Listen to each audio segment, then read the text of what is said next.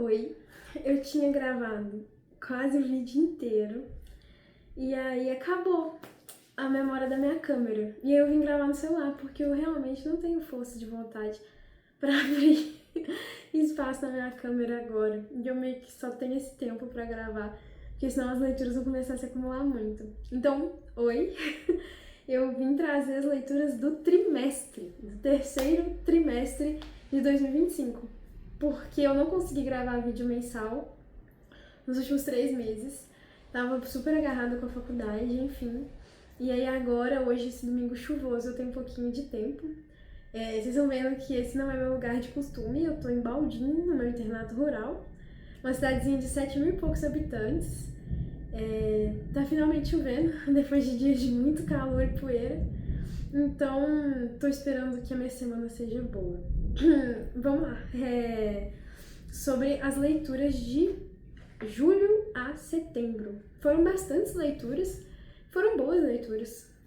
Vamos lá, começando.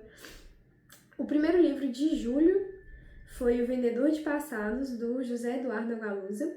Eu vou falar um pouco mais rápido dos livros, porque se eu falar a quantidade que eu geralmente falo, vai ficar infinito. Eu gostei muito do Vendedor de Passados. Se alguém lembra dos meus vídeos antigos, vai lembrar que eu falei que... Ai, o sol tá caindo. Oi. Vai lembrar que quando eu li o livro da Socorro Surli, Oração para Desaparecer, eu falei que, nossa, esse Félix Ventura, eu gostei tanto dele, queria que fosse um pouco mais abordado no livro, esse personagem, porque ele é muito interessante, tal. E acontece que esse personagem, ele era emprestado. Ele é emprestado de O Vendedor de Passados. O personagem principal do Vendedor de Passados é o Félix Ventura. Então, é por isso que ele foi aprofundado. Porque ele é de outro livro. E eu fui ler este Vendedor de Passados por causa de um vídeo da Juliana alguma coisa. Vou linkar o vídeo aqui no YouTube. Porque é uma professora de literatura que ela tem vídeos fenomenais. Assim, vejam os vídeos dela, porque eu acho ela muito boa. Eu gosto muito dos vídeos dela. E ela estava falando sobre como que a gente tem que ter um autor que banque a história dele. Nesse livro, o narrador é uma lagartixa. E o tempo todo você acredita que quem tá contando é uma lagartixa, você não duvida disso. Você acredita, você faz esse pacto ficcional e você acredita que a lagartixa tá narrando o tempo todo, porque o escritor te faz acreditar. E realmente, assim, ela fala isso e você lendo, você fala, realmente, é muito bom. É um livro muito interessante. Ele é curtinho, assim, é um enredo bem simples, mas ele traz muita coisa, eu gostei muito. Depois eu li Joyce. Eu li o meu primeiro livro do James Joyce, que foi Retrato do Artista Quando Jovem. Eu não gostei tanto, assim, eu achei um livro muito bom, mas muito desafiador e foi uma leitura que não me prendeu. Eu não gostei pelo fato de não ter tido uma experiência de leitura prazerosa. Isso, ponto. Mas o enredo, o livro, ele é muito interessante. A primeira parte eu gostei muito do Dédalus criança, assim, ele na escola, os medos, as coisas, é muito bonitinho, muito interessante. Depois o Dédalus jovem, passando pelo medo, né, do inferno, tem uma descrição do inferno muito incrível no livro, assim, e ele indo confessar, e o medo de confessar, e é muito bom. Ai, meu Deus, eu sinto que meu celular vai cair, não sei se eu tô ficando louca, ou se ele tá descendo mesmo, mas enfim, pra quem é católico, assim como eu, já viveu a experiência de ir se confessar, etc, e a angústia que dá, assim, é muito bom, é muito bem feito o livro. Só que depois da segunda parte ele fica mais jovem, adulto, assim, e ele fica entrando em umas discussões super filosóficas e artísticas com os amigos dele. E aí me deu um pouco de preguiça, eu fiquei, ai, que chato. E não gostei por causa disso. Tipo, é um livro bom, traz reflexões muito boas, é muito bem escrito, mas eu não gostei, assim. Minha experiência de leitura não foi boa.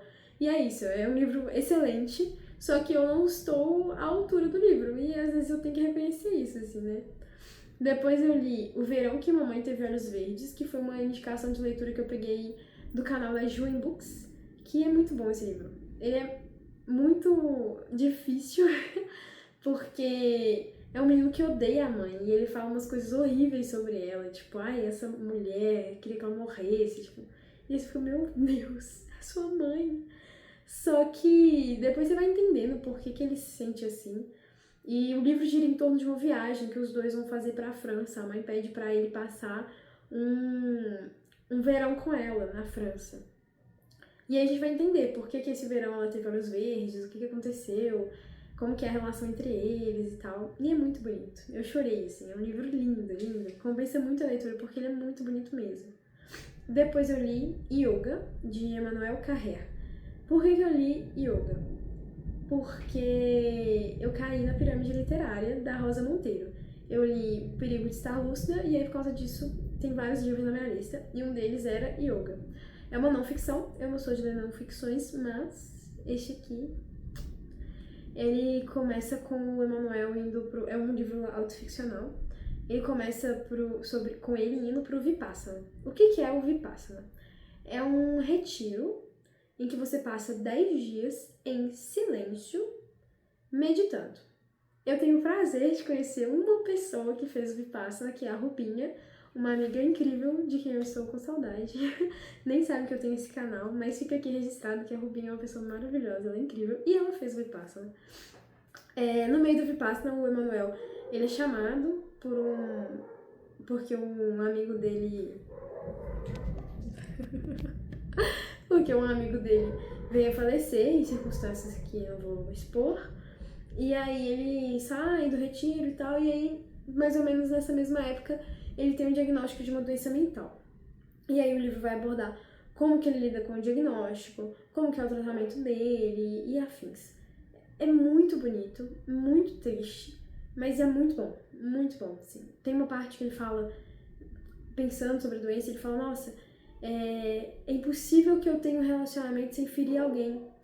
E então acabou o amor pra mim. E o que vale a vida sem isso? E essa parte eu fiquei tão triste. Eu falei, meu Deus. É muito bonito. Eu, pessoalmente, tenho uma dificuldade muito grande de lidar com um paciente de saúde mental.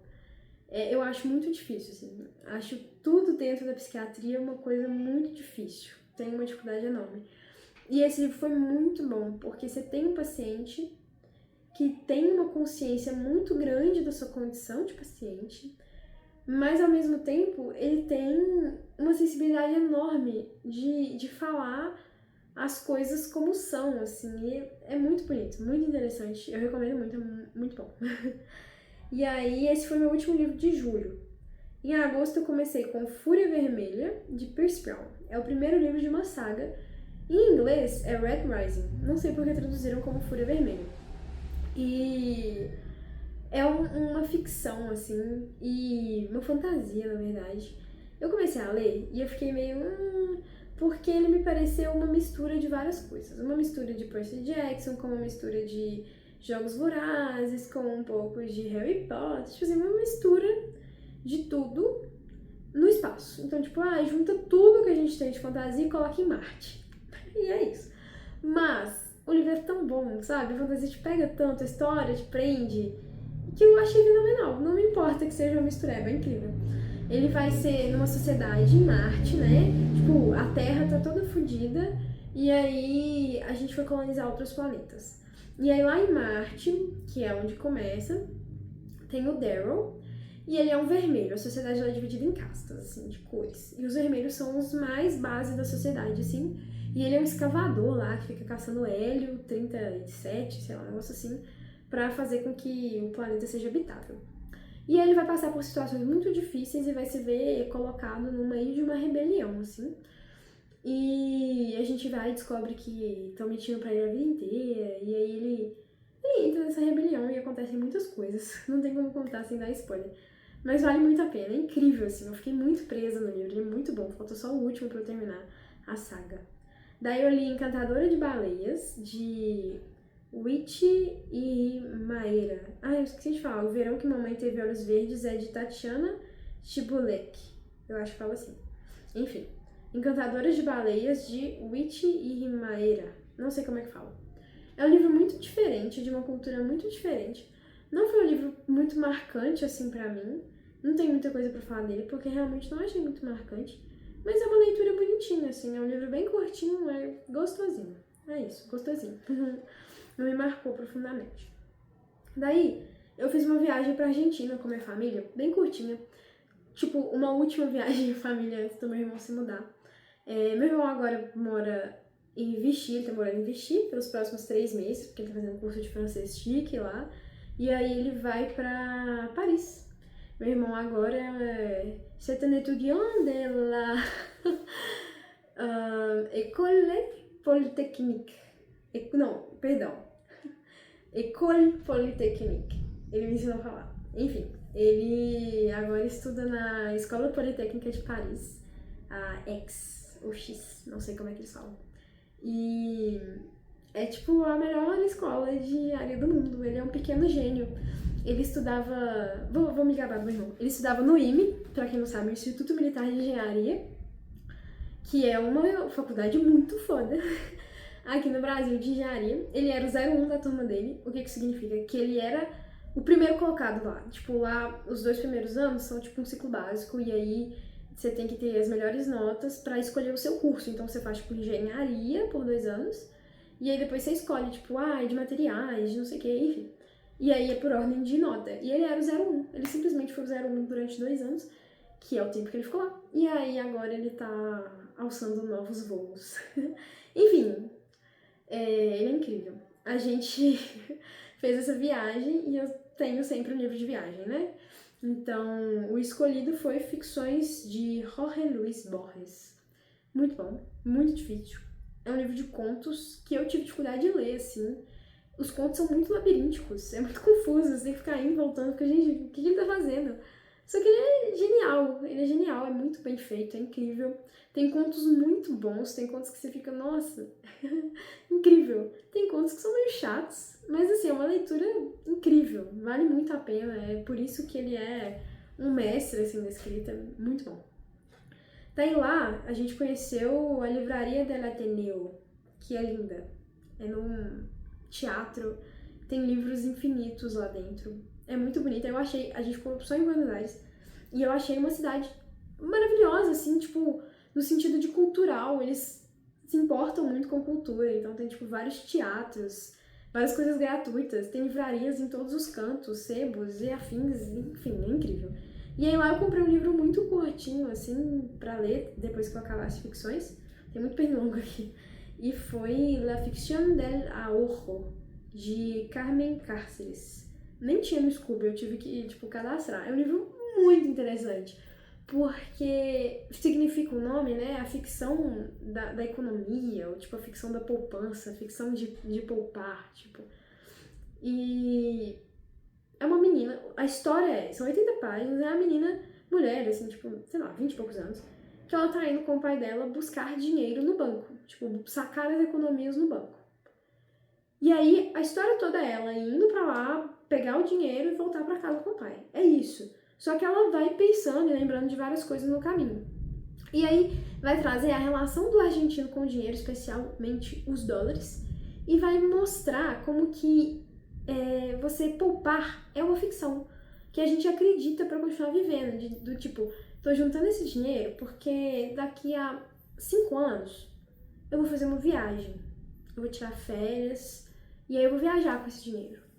Só que é uma mentira, porque daqui a 5 anos, talvez eu esteja desempregada, eu preciso sacar esse dinheiro pra sobreviver ao desemprego. Pode ser que eu tenha uma doença grave, meu filho tem uma doença grave, e eu preciso sacar esse dinheiro pra questões médicas. Então, você acreditar que você tá poupando pra viver no futuro é o que nos dá esperança, que faz com que a gente continue, só que é uma ficção. E, tipo, eu achei isso incrível, eu achei muito bom. É um livro muito pequeno, mas que faz pensar muito, achei muito bom. Depois eu li Filho Dourado, que é o segundo livro da trilogia, né, também do Percy Brown. E eu não vou falar muito pra não dar spoiler, mas é muito bom, termina de um jeito muito chocante, eu preciso ler o terceiro livro. Aí vem O Estrangeiro, de Albert Camus, que é um livro muito bom. Eu li pro Clube do Livro, do diretor acadêmico da minha faculdade, e eu não consegui ir no encontro de novo. Porque no dia do encontro eu já tava aqui em Baldinho, então não tinha como. Mas eu queria muito ter ido, porque esse livro me fez pensar tanto. o personagem principal, cujo nome eu não lembro, é um nome difícil em francês, e ele vai e ele deixa a vida levar ele não escolhe nada. Tudo tá muito bom, tudo tá muito bem, tudo tanto faz. Tem uma mulher que fala com ele, ai, vamos casar, e ele, tanto faz casar, tanto faz não casar, tudo tanto faz. E aí acontece uma coisa, tipo, ele faz uma coisa por um motivo que nem ele sabe, tipo, o sol tava forte, ele fez a coisa, assim, é meio assim, sabe? E isso muda a vida dele, assim, essa decisão que ele toma meio sem motivo algum, faz com que a vida dele seja muito transformada. E aí, foi um livro que me pegou muito, porque eu sou uma pessoa que tem muitíssima dificuldade de tomar decisões. Muita, desde coisas pequenas, do tipo, ah, amor, pra onde você quer ir jantar? Eu fico assim, meu Deus. Porque se eu escolher um lugar e o lugar for ruim, o Arthur foi comigo e ele passou uma experiência ruim porque eu escolhi o lugar. E aí, tipo assim, ele vai sofrer por minha causa. Que não. Ou então coisas grandes, tipo, eu não consigo me imaginar em 5 anos. Tipo assim, é nesse nível de, o que você vai estar fazendo em 5 anos? Tipo, ok, quero estar fazendo residência. Tipo, eu sei essas coisas grandes, mas onde você quer estar fazendo residência? Tipo, sabe? Onde você quer estar morando? O que você quer estar... Não tenho a menor ideia. Eu não penso sobre isso. Eu, tipo assim, não sei decidir. Eu acho muito difícil, eu acho horrível, assim. Eu sofro. Tipo, eu tenho um sofrimento mesmo, assim, pra tomar decisões. Enfim, desabafo feito. Esse livro me fez pensar muito sobre como a não decisão é uma forma de escolha. Tipo, a não escolha é uma escolha. O não ato é um ato. Você deixar com que a vida te leve é uma escolha sua, é um ato. Tipo, não tem como a gente viver a vida em espera. Tipo, tudo é ato, tudo é escolha e tudo tem consequência. Inclusive o não ato e a não escolha. Na minha cabeça fez muito sentido. Eu acho que eu falando agora tá parecendo bobo e confuso. Mas assim, na minha cabeça quando eu li fez muito sentido. E aí meu ponto quando a gente vive em não escolha, em não ato, etc., e deixa que as outras pessoas escolham por nós, ou que as circunstâncias nos guiem, a gente escolhe, tipo, de maneira consciente ou inconsciente, a gente escolhe lidar com consequências que não foram decididas por nós, que foram decididas por outros. Então a gente passa a vida com consequências de escolhas não próprias. Isso é muito mais difícil do que você lidar com as escolhas das suas próprias, com as consequências das suas próprias escolhas. Assim, ficou muito embolado eu falando agora. Eu juro que quando eu escrevi sobre isso fez tanto sentido e agora tá parecendo um filosofia de boteco.